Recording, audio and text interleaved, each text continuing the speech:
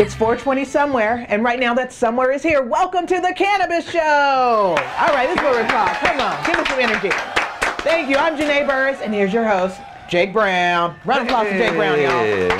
Thanks, Janae. Thanks to all of you tuning into the Cannabis Show, where we talk all things weed. Hashtag all things weed. And that's the serious marijuana news, along with the fun stuff as well. And if you visit the cannabis.co, you could read about the latest medical marijuana legislation and why that doesn't include smoking in Mexico. Oh, and there's a great article about why teens should maybe wait a few years before introducing their developing brains to the seductive charms of marijuana. Seductive they are. You can also watch me get high and attempt yoga for the second time during a review of the strain Panama Punch.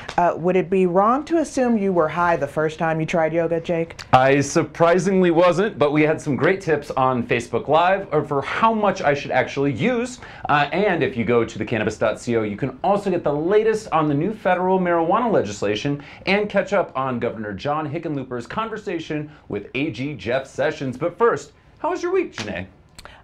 It was pretty great until our sitting POTUS got me asking questions I always thought I knew the answer to, like why the Civil War happened. Slavery? Hey man, I didn't say it. But I think you wrote it. I did write that, okay? I'm usually the person who brings up slavery. But now, now I'm wondering about other stuff, though. Other stuff I thought I knew, like, if I lay down with pigs, will I actually get dirty? And is fat meat indeed greasy? I don't know anymore, man. POTUS got me questioning everything. All I've learned from white people in movies is to avoid pig farms. You don't come back from them. Ooh, Hollywood gets it right sometimes. All right, now let's go to the week in weed. Let's start right here in Colorado, where the list of things infused with weed just got a little weirder. Ooh, I'm submitting "Make Weed Weird Again" as the official Colorado motto. I'm guessing Portland will fight you over that. Oh, no. But if you're looking to get high on free-range bison, Cannabis Queen Jerky has you covered like a Conestoga wagon. Imported from South Dakota, the meat is treated with various spices and, of course, cannabis oil, as they use all parts of the plant. Oh, I got a genius idea. This is my genius idea of the week. Brad, Yes. Listen to this. THC-infused fruits and veggies so we can eat healthy when we get the munchies. Patent pending. I like a genius idea of the week. Should just be a patent on its own right. And I think you just found a way for me to eat vegetables. Available in 100 dispensaries across the state. The story caught my eye because back in 2012, a company that also made infused jerky was forced to pull their product from Colorado shelves by the Marijuana Enforcement Officials. It was then the Medical Marijuana Enforcement Division, but that's changed over time. Now, then, many pointed to strict regulations from the USDA about what could be added to meat products. If we have any update on the case of keefed beef, we'll be sure to pass it on. Try to say that 3 times fast without saying queefed beef, which is something totally different, far less appetizing. I just end up saying Chief Keef. I don't know. There's too much fun there. Now let's go to our top story of the week, with California releasing over 200 pages of proposed legislation to regulate medical marijuana in the state. Now, over the past 2 decades, collectives and private growers have created a multi-billion-dollar industry, but for the first time, sweeping rules will govern how these operations do everything from packaging their products to what time they close their doors. But the state is taking feedback in writing regarding current regulations, which include things like all products would have to leave shops in packaging that's child resistant. So I'm going to suggest something fun, like all consumers who resist having children get 20% off flour on Fridays. Hashtag dink discount. Now, some of the rules do mirror what we've seen in Colorado, like restricting edibles to 100 milligrams per package, not being able to give out free weed samples, but other parts reflect the Wild West nature of California. Highlights include actual marijuana delivery and patients being able to purchase a half pound per day. What I think they should call 1 Snoop Dogg, please. Oh, how about a Snoop lion's share of your finest? Oh, played. All right. Now, this whole process started back in 2015 when Governor Jerry Brown had no idea recreational marijuana would be approved by Prop 64, so there's a lot the state is juggling right now. And we'll have more on that with our first guest in just a moment. But now let's kick it over to the cannabis business and policy writer Alicia Wallace with this week's Quick Hit. The man considered to be the father of cannabis research talked some shop this past weekend in Pueblo, Colorado. Rafael McCollum is the Israeli organic chemist who discovered the endocannabinoid system and has researched cannabis for 6 decades. He delivered the keynote speech for the inaugural conference of the Institute of Cannabis Research at Colorado State University, Pueblo. McCollum outlined some key discoveries from his extensive research, including CBD being shown to hinder the onset of type 1 diabetes in mice, and also to serve as an antipsychotic and to assist with bone growth. A key theme of his speech was that the research is there. Somebody just needs to do something with it. In my brief conversation with McCollum, I asked him what needs to occur in the United States for this research to progress. He told me, quote, "I believe that CBD has to be moved from the highest illegal situation next to heroin because it's not toxic, doesn't cause any addiction, so it should be moved. The DEA considers CBD and other cannabis extracts to be Schedule I substances, which are classified as having a high potential for abuse and no medical value. That position is being challenged in an ongoing federal court case. To read more about the issue and McCollum's speech, visit thecannabist.co. For The Cannabist, I'm Alicia Wallace with this week's Quick Hit. Thanks, Alicia. Our first guest was instrumental in getting cannabis legalized in California and is now the executive director of an international cannabis organization. Please join me in welcoming Dustin Moore. Hey, Dustin. Thanks so much for coming out. Grab a seat. All right, so let's see. Official title, Deputy Campaign Manager for Yes on 64. Correct. What a huge win for you guys. Congratulations. Thank you very much. Now sausage is being made. Yes, absolutely. The sausage making process is very complicated, and nobody wants to see it. So no, it's I think so. Medical rules, kind of the proposed rules, just came out. There's a little bit of conflict there between, what the governor's proposed for 64's actual implementation. And when are we expecting to see that again? It's like this fall-ish? So the second set of regulations are supposed to come out this fall. So we've released the medical regulations this last Friday. Testing still comes out this next Friday, but then those rules are going to be repealed because the governor's trailer bill that he put forth has to be voted on.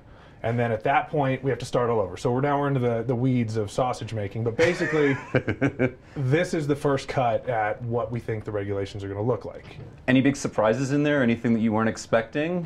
No drone delivery. That was something that came out. That was an interesting one. No drone delivery. So the regulations specify that drones cannot deliver cannabis. So that was one of the more quirky, additions to the regs. Sure. Across the board, though, I think we expected most of what we saw. I think what was interesting is we saw the bifurcation of the two systems in the trailer bill. So treating medical and recreational separately. I think some folks thought they were going to be one unitary system, but it doesn't look like that's going to be the case. So I've seen a lot of people online that say, hey, why not just roll these into one program? If it's legal, who cares if it's medical or not? Yeah. What's the state's reasoning behind saying, hey, we should have two distinct programs? Well, given our new presidential administration, I think there's a little bit of reticence to combine the two. And I think the state is wise in the sense that they're considering that because it would really be horrible for patients to lose access to their medicine if the federal government came in to shut down the recreational program. So. Yeah, I think it's really interesting when you talk about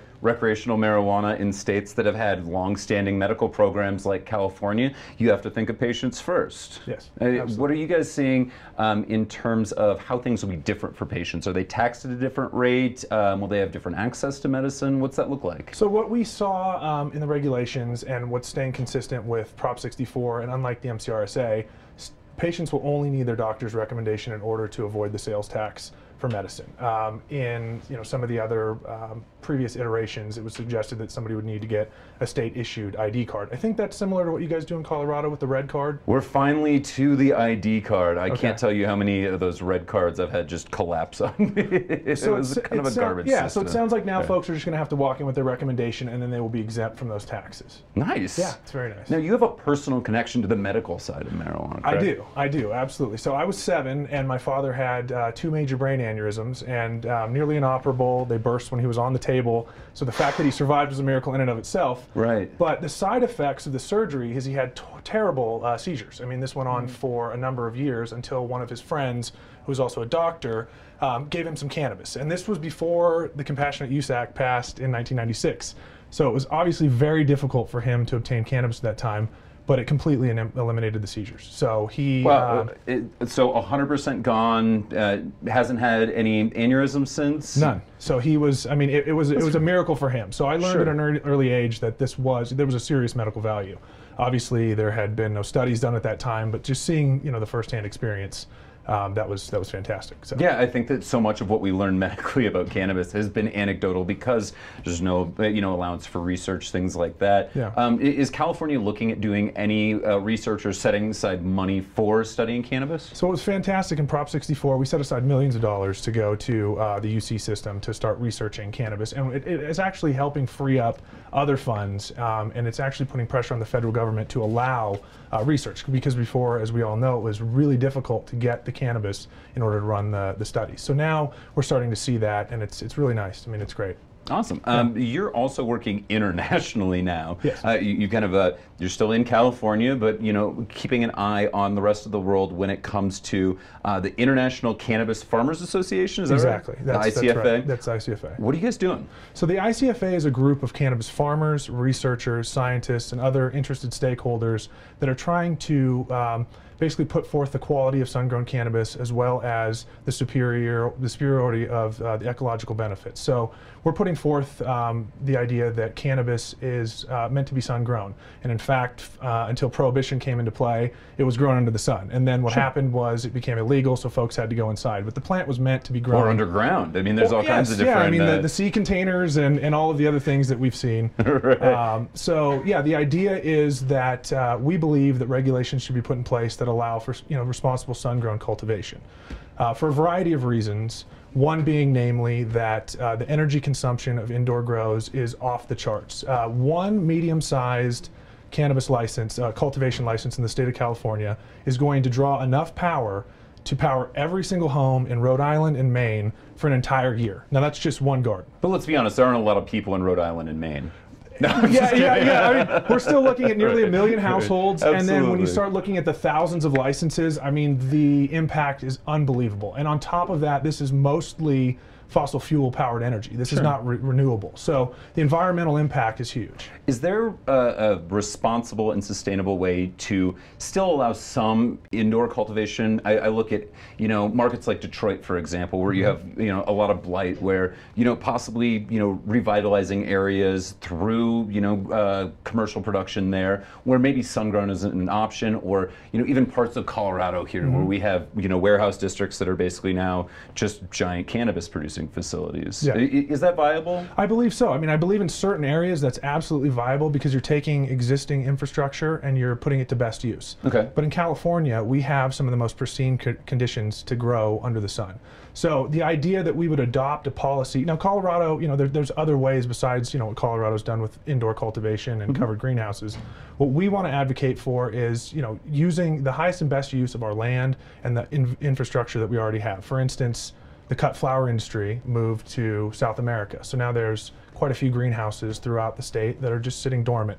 So that provides an opportunity. Well, in California, I always think of it's so regional, especially when you think of wine, things like that. Absolutely. Developing these pockets of different types of cultivation and the type of flower you might expect to see out of those areas. Absolutely. So appellations of origin, I think that's what we're kind of moving into there. Sure. So the ICFA is actually putting forth a study to establish the first internationally recognized appellation of origin for cannabis. That's okay. So that all makes perfect sense to me because I know a lot about wine and what the word appellation means. But for any listeners who might be like a step behind, what does this program look like? So what the program would look like is you've got traditional farming methods up on the North Coast, sun-grown farmers that have had these skills passed along from generation to generation. In the age of mechanized farming and the possibility over time of mechanized farming, taking over, this is a way to protect that farming heritage. And how that happens is that basically an area would be designated, so if you're growing, so to give you an example, if you were growing cannabis in the Central Valley, you couldn't label it as a Humboldt product. So therefore, it provides some, exclusivity to the farmer, and it also allows the farmer to. Are people ripping off the Humboldt name? Is that what it comes down to? We're starting to just see, slap a Humboldt on it? Well, we're starting to see that now. Prop 64 prevented that. Okay. However, there's not really a practice in place to expand from something greater than what we call a geographical indicator, meaning just the area. Okay. So it's not the fact that it was just Thanks grown. for that, by the way. Yeah. No, so I know I'm getting into the weeds here, but it's good. But it's not the fact that it was just grown in Humboldt. It's also the practices that were used in order to grow that, and the way that it was cured, and the way that it was processed. Because not all of these practices are equal. And when we say international, what are we talking about? Or did you just slap international on there? Because it does sound better than national. I will give you that. So no, we have an advisory committee that is international. We have people in Spain. We have the Czech Republic, Jamaica. Cannabis is becoming a big thing. Cannabis is absolutely becoming a big thing. You said Jamaica? So Jamaica, yeah, we give a shout out to the ICCI, the International Cannabis and Cannabinoid Institute. So we've been working with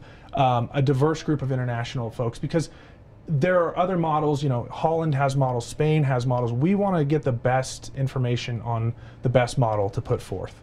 Interesting. And so there's, different regions have different. I look at Colorado, I go, I wish our bud wasn't so dry. So would that be Colorado's thing? Is they be like, well, here we have very dry cannabis. That's just our thing. That could be one of the attributes of your Colorado cannabis. Well, absolutely. sorry, Colorado. Hate to dog on you, but thank you so much, Dustin. Absolutely. We're going to have more with you in just a Thank you very moment. much. First, but here's a quick look at my adventure in stoned yoga. I'm really bad with the wind. Okay, so this is my first time ever getting stoned and doing yoga. So I'm done yoga before? Once. You did it. Let's do yoga. Yeah. I'm gonna have one more hit. So I want you to think about, you can feel your back like along the wooden floor, and as you pull your knees in, if you start to feel the back of your pelvis roll up, see if you could roll the back of your pelvis down and then still hug your knees in. So it's a little bit of a different stretch. And then sit up, put your hands underneath your shoulders, knees underneath your hips. Come into a basic tabletop position. Cannabis and mindful movement can start to help us filter out the noise and help us find the signal. Like everybody that I talked to about yoga today said that they like to get high beforehand. And so I think it's cool that at Marijuana, they're people that like hang out, It's people that like, oh, is that guy the stoner? But here everybody is a stoner or cool with smoking weed. So now I want to try doing it after taking a dab. Because there are people on Facebook Live that said you got to do a couple dabs and then do yoga. And I don't know how that's possible, but maybe you just transcend. You break through to a different type of high and then yoga is your thing. Thanks to producer Vince for his excellent work as always, and thanks to everybody in the class for stifling their laughter. I genuinely appreciate it. Our second guest pushed for later hours for Denver dispensaries and won, all while running several companies in her spare time. Welcome back to the show, Wanda James. Hey. Thank you so much. Pleasure as always. Thanks for joining us. You just got back. You've been traveling. I have. Where were you Thomas. at? St. Thomas? St. Thomas. And you didn't invite me. No, it was my 420 runaway. So we did 420 and then I left. Wait, so okay, so it's like tax season for you, right? I'm out here. I'm out. Get I'm the gone. business over. So what are you working? So I love that you were like, I think one day on Facebook I just see, hey, why aren't we open late? You see all these hours. There's other places that are open till 10, other places that are open till midnight. You're like, why can't I run my business later? Yeah. All of a sudden, fast forward, what about 6 months? I feel like that. Maybe even faster, and now we have the success. We talked about it last week on the show. Yeah. What happened at midnight, Wanda?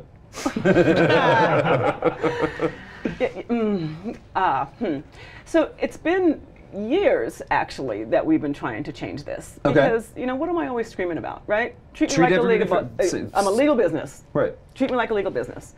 I have never understood why closing at 7 o'clock protects children, protects the neighborhood, protects weed smokers, protects what? Anybody. It helps protect our neighboring cities who are making more money. all this tax money. Yeah, that's exactly all it protects. So what was the critical mass here? What pushed it over the edge? You know, I think the critical mass became, you know what, quite frankly, the critical mass became the will of the people. And I think that we're seeing that critical mass and the will of the people changing everything about the cannabis industry right now. You know what I mean? Because quite frankly, the reefer madness is absurd and stupid, and people are starting to question, like, why can't I buy a quarter after 7 o'clock when I can do it in every other city surrounding Denver that allows for cannabis sales, right? And obviously, they're finding something that works about that, works about those hours for those cities, right? Or otherwise, they would roll it back. Or, you know, was there stakeholder input from other cities? Or you know, it was really funny too. And this is the other beautiful thing. So it's not just the will of the people that is moving and changing and forcing our elected officials to follow. It's also the fact that people are understanding that there's just nothing wrong with this, and that there's a lot more tax money to be had. You know, closing at 7 o'clock is ridiculous. You leave your job at 5 o'clock. You say goodbye to your coworkers. You get in your car at 5:30. By the time you go down, you know, I-25 to I-70, it's now, you know, 6:40 by the time you get home. Yeah, if you're lucky, if you're cruising and there's no accidents. So, you know, you're driving like a mad person to get home to your local dispensary, to get there before 6:50, you know, to get whatever it is that you want to get, whether you're a patient or a recreational user or whatever it may be. So, and you get people that have to go and they have to pick up dinner for the family first, or they've got other errands that they have to run, and maybe dispensary trip isn't top on the list if you've got, you know, 6 other things you have to do before you get home. But the other biggest thing to that is I'm a grown-up, and if I want to buy cannabis at 8 o'clock, I should really be able to kind of buy cannabis at 8 o'clock. End of conversation. I mean, what's the problem here? So, I mean, that's kind of where we got to, and you know, this is a victory for the will of the people. This is a victory for common sense. Absolutely. And legal business. But what happened to midnight? I want to know what was wrong with midnight? Because I saw 10 a.m. to 10 p.m. was one of the proposals thrown out. I don't understand starting even later in the day, but so there's been a lot of battles. Well, and you know that I don't hold my tongue on stuff. So there's been a lot of issues, I think, with a lot of our elected leaders, and they have found ways now of getting a bigger voice to be on TV more often and to get quoted in the newspaper if they start off with, "My problem with cannabis is." Sure. And so then, you know, everybody's like, "Oh, really? What's your problem?" You know? No, I love hearing this. So, you know, a few of our city officials, you know, want to keep hanging their hat on dogging out what this industry has become. We've not lost in Denver at all. This is a liberal city, and every time someone tells me in Denver, well, you know, the community wants and what the voters wanted, and I'm like, yeah, the voters have shown you what they want 100% of the time, time and time again. It's not, we're not curious about what we want to do in Denver. So when you bring these facts, you know, to certain city council members, i.e. Chris Herndon, i.e. Rafael Rivera, and Deborah Ortega, they don't want to seem to understand this. And they keep going back to places about the community, the community, the community. My constituents are saying that. Well, okay, so you've got, you know, a couple of people who, you know, aren't happy, but there are also people who aren't happy about daffodils being planted and a number of other different things around the city. I mean, the blue horse, the blue horse at the airport, nobody is happy about, yet it is still there. I personally love Lucifer, but no, I had Herndon tell me, and he's like, well, I have the most dispensaries, you know, out of anybody's district. I'm like, well, isn't that just a bigger reason to go to bat for these, for the businesses that operate in your district? And once again, it was City Council's idea a number of years ago to zone all of the dispensaries into certain areas before it became legal. And that's also a false advertisement, because I live in the Highlands, and within a half block of my dispensary, there's probably 5 or 6 other dispensaries, which the Highlands and that many bars at least. Oh my God! So I mean, we've lived there now for 12 years. We've seen bars, you know, go from maybe 10 bars to over 64 bars, which I'm not complaining about. This is called progress. This is called a growing city, and this is called giving the constituents what the constituents want. Now, I love that you live in a neighborhood that you also operate a cannabis business, and you brought it right. It was actually my former dispensary way back in the days. It's still, I'm blown away every time I go in, because I'm like, this doesn't look like, this is what it could have looked like at all time. How important is that for you? You know what? It's super important. I think anybody that knows me or has ever had a conversation or anything, I mean, we're all about cannabis, you know, and our neighborhood, quite frankly, my housing value has gone up because of all of the great bars and the great restaurants and the great outlets that are there, and quite frankly, the great dispensaries that are there. Right. You know, so we enjoy what our neighborhood has become. We're loving what Denver has become. And people say, you know, Denver is not the #1 place in America to live because of cannabis, but it is because of the thought process of the people. You know, the fact that we led the fight on this, the fact that we are free thinkers, the fact that we believe that grown-ups over the age of 21 can make responsible decisions for themselves. The state has gotten a lot more progressive. We were a red state that was a purple state that's becoming increasingly more blue. In a sea of red. Yeah, in a sea of red. Yeah. So you're a veteran yourself, and one of our big focuses in season 3 of the Cannabis show is giving back, and cannabis businesses taking more of an active role in their community. Can you tell me a little bit about how Simply Pure works with veterans? Wow, so we do a number of things with our vets. We have Veterans Day every month on the 15th of every month, where we give out discounts on edibles. Every vet gets a free pre-roll with a purchase. But we're also creating a list of our vets, what their symptoms are, and an ability for them to come in and say, you know what, Blue Dream worked really well with me with da-da-da-da-da-da-da, so that we actually have on file ways of helping folks that are actually going through symptoms that are unique to vets.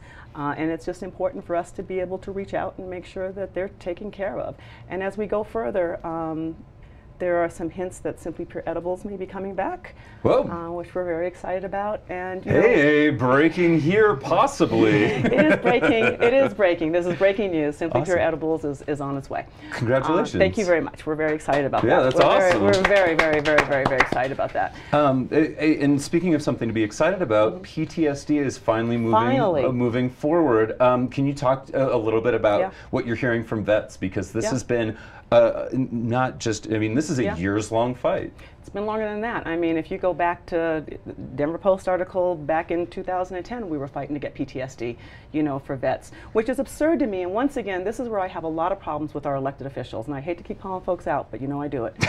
So I would expect nothing less. But here's the thing, though. So cannabis has been legal in Colorado now since 2014, and we are now just allowing it as a medical condition. So we have never prevented vets from using cannabis for PTSD and the issues that they get from war. We have just had our elected officials decide to tax vets more for using cannabis for their things. So it's absurd to me that we would actually do that and people can actually walk away feeling good about their vote and giving you all kinds of excuses why they did it. Well, and not to mention that the experience in a recreational dispensary, at least what I've seen, can sometimes be very different than the experience that you'd get in a medical dispensary, where bud tenders need to be informed about a variety of different conditions. Even what you're speaking about in taking notes and really working.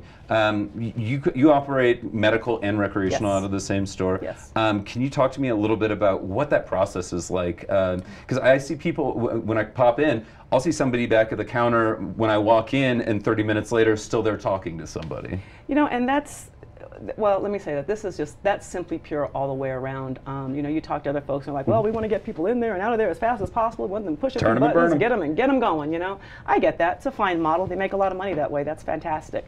We're a little bit different. We are customer focused, and we'll even do that on the rec side too. We get, sometimes, you know, a mom and her husband will come in from Kansas and, you know, they haven't bought, you know, weed since 1972 when they were in Berkeley for whatever reason, and now they're excited to be riots. Yeah, now that's they're what happens in Berkeley nowadays. We are protesting, and you know, and now they're very excited, but they're confused. They see, you know, gummies and drinks and vape pens, and they're confused, and it's, you see that glazed look when they come in, and we take time to sit down and be like, here's this, here's that, here's that. On the medical side, people are very informed. You know, they definitely understand what it is that they're going through and maybe different ways to help. And we just want to be able to give them as much information on our products. We carry Haley's Hope. We carry, you know, a number of products that are really, you know, based in Mary's Medicinals, based in healthcare and where they're at. And we really want people to understand it. We want them to be able to get the best use out of it, because we believe, and the more people that we have that understand the right way to use, or the best way to use cannabis for whatever it is that ails them, or just to have a good time, is right up our alleyway.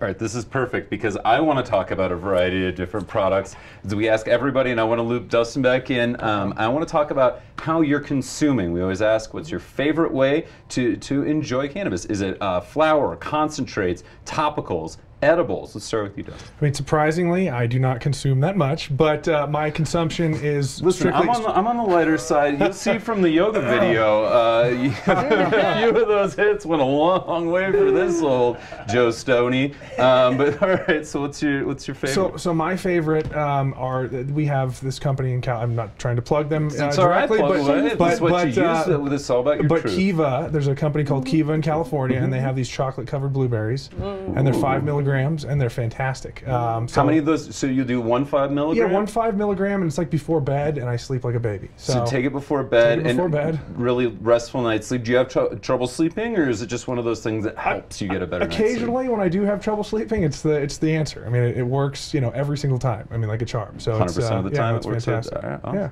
What about you, Wanda? I love that. If someone gives me 5 milligrams, I'm gonna be mad. It's kind of like a gram, when they would measure out gram, I'm like, what does anybody do with this? What is just this one? It's so cute. I'm sorry. No, it's fine. That's because we have some people that have been on the show that are like, yeah, I can do like 1,000 to 2,000 milligrams. Oh, no, I can't do that. Well, okay. Listen, it's not like a measuring contest. Just not that big yet. I have discovered I have the world's most amazing GM, and actually I hired him because of you. You were the person who brought him on. I'd never met him before. Sight unseen. I was just like, I hear good things about him. Give him a job. Yeah. No, I'm kidding. Brian Nowak, we're talking about you.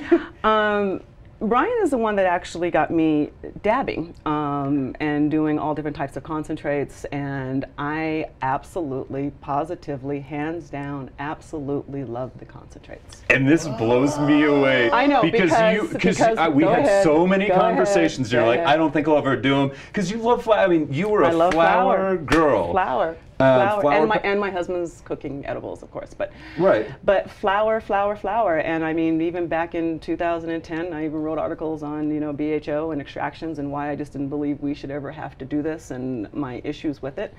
So fast forward 2017, lessened everybody. Things change. What is different now is how the extraction process happens, the cleanliness of the extraction process, and the fact that dabbing kind of gets you there, and it gets you there quickly, and it's a lot less on your lungs. I'm not smoking as many joints during the day as I may have before. Less plant material too. You're not combusting up. But once again, I'm not putting any shade on flower, because honestly, in a situation when everybody is coming over for dinner and we're all sitting around the living room, I mean, yeah, we can bring out the dab rig, which we have, but there is still something much more pleasant and social about the passing of a joint. And I don't know if that's the peace pipe thing, if it's the communal, if it's the social piece. So when people say, what do you love? I love my dabs. It gets me going in the morning, keeps me, gets you going. It ends my morning. I love that this is. You going. Wake and bake. Wake and bake, Jake. But you're having dinner and everybody's hanging out, and you got joints going. It's all of it. Sometimes it's edibles. I'll go out with my girls and my cousins, and we're hanging out, and some of them may not want to. And it's the edible piece that kind of goes around. So this is the beauty of cannabis and where we're going now. It's all of it. You just remind. So I love something about edibles now, where sometimes you'll be somewhere and you'll have a bunch of like 10 milligram and everyone will break some off. And then you eat it and then you wait for it to kick in. Everybody stares at each other. You feel it? You feeling it yet? You feeling it yet? And then somebody's like, "No, I'll eat more," and that's never good. No.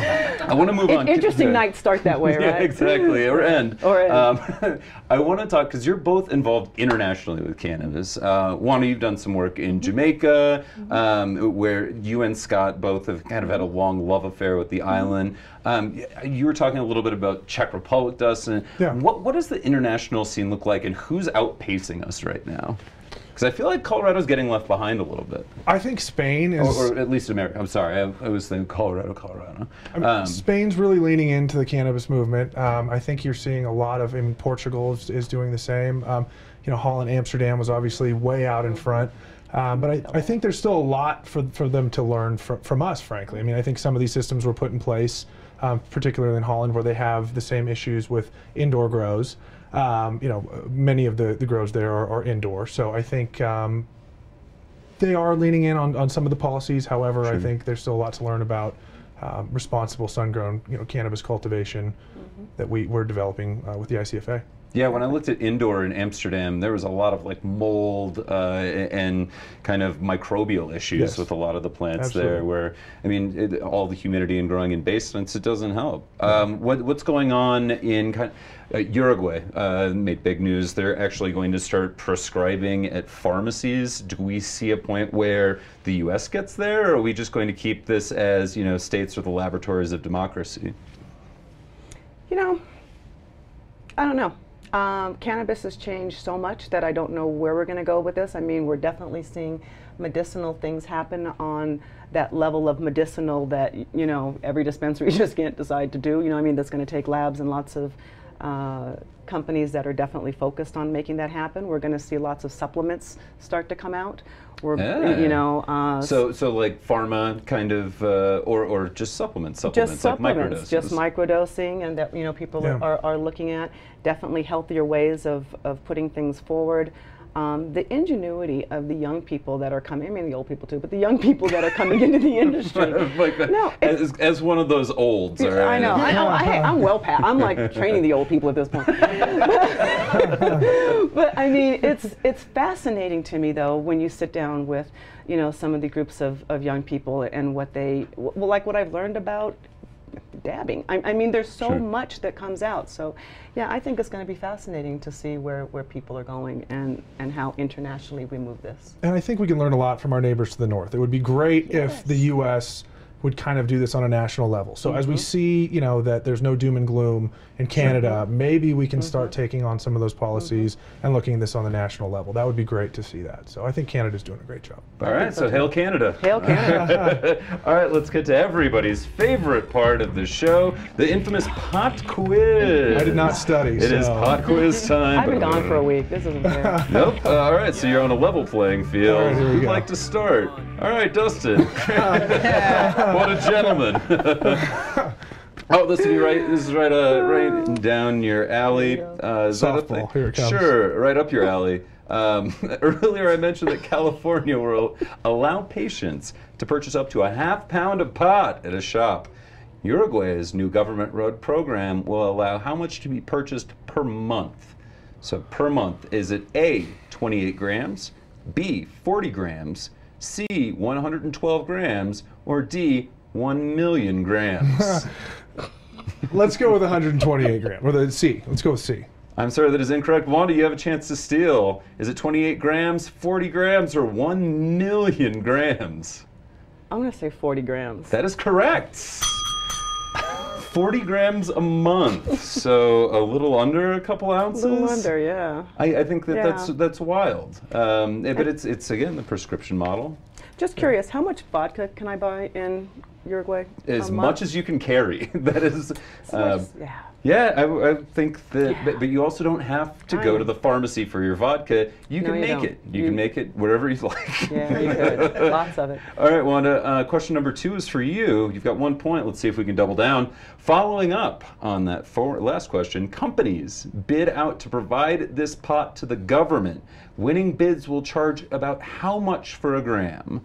Is it A, under $1, B, $5, C, $7, or D, $200, because the government is in a pinch and just needs a bag to get by?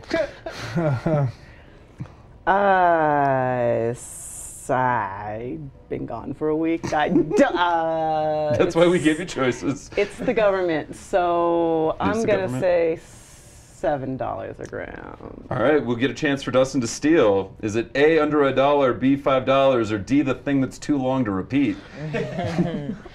B, $5. Wanda, back to you. 200. Back to Dustin. Well, what do I have? A left? So Under A it is. $1. Hey, that is correct. Under $1? It's 90 cents a gram. That'll go up to $1.30 once the government and the pharmacies get their cut. That, I think, is ridiculous. People complain about the falling price of wholesale here in Colorado. Yeah, that's a bit much. That is brutal. I'm also wanting to see the quality at 90 cents a gram. You have to think, that's scale, right? Yeah. Is that where we get to in California at some point? No. I don't think so. Like, I hope not. I just don't see that happening. Yeah, no, I don't see that as being a sustainable model. All right, we have a tie game. Back to Dustin. We spoke a little about Colorado's new expanded hours earlier. Another California question. California's proposed regulations would allow dispensaries to open at what time?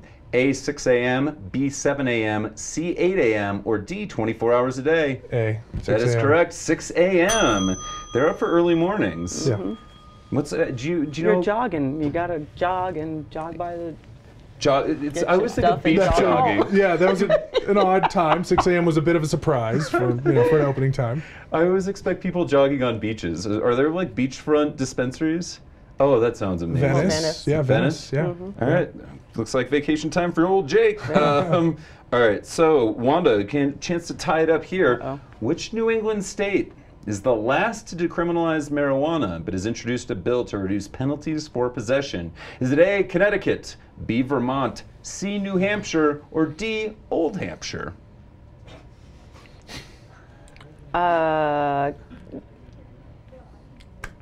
Connecticut.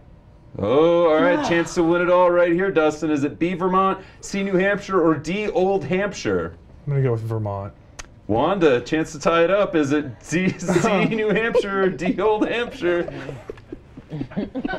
C is correct. Congratulations, Wanda. We have a tie game. New Hampshire slacking. They're finally they have they've been working with the sheriff's department to try and find or local sheriffs to see what's finally going to work, and now they're going to decrim. So one more step. All right, we have a tiebreaker here. First person to answer is going to win. So everybody have your buzzers ready? Great. Which Midwestern state just expanded their medical CBD program? Midwestern state has a lot of vowels, has one consonant. I'm from there. Where are you from? That was an advice for anyone. They have a robust farming infrastructure. Many astronauts. The Field of Dreams is there. Nevada? Midwestern. No, Midwestern, Wanda. that's... Field of Dreams, known for corn. In our world, there's California and Colorado. You got me with California and there's Colorado. Yeah, that was what else Iowa gets it, Dustin. Congratulations, you are our winner. Yeah, I don't really, Governor Terry Branstad signed the CBD law into effect. You're from Iowa? I am, unfortunately. Iowa and Massachusetts. Whichever one I want to claim today, and that's going to be Iowa. All right. Thank you so much to IFCA's Dustin Moore and Simply Pure's Wanda James for joining us. And thanks to everyone for tuning in. You can watch the podcast on our brand new YouTube channel. And please remember to subscribe if you do, or download us wherever podcasts are found. We're not exactly sure. For Janae Burris, producer Vince, and the whole Cannabis Show crew, I'm Jake Brown, and we'll see you next week. I'm allowed to lose, the truth to win. I'm all in, I'm calling any posse you be raising at the end. I say it again, ain't afraid to get in. I be going for the jackpot with ace in my hand, I'm raw.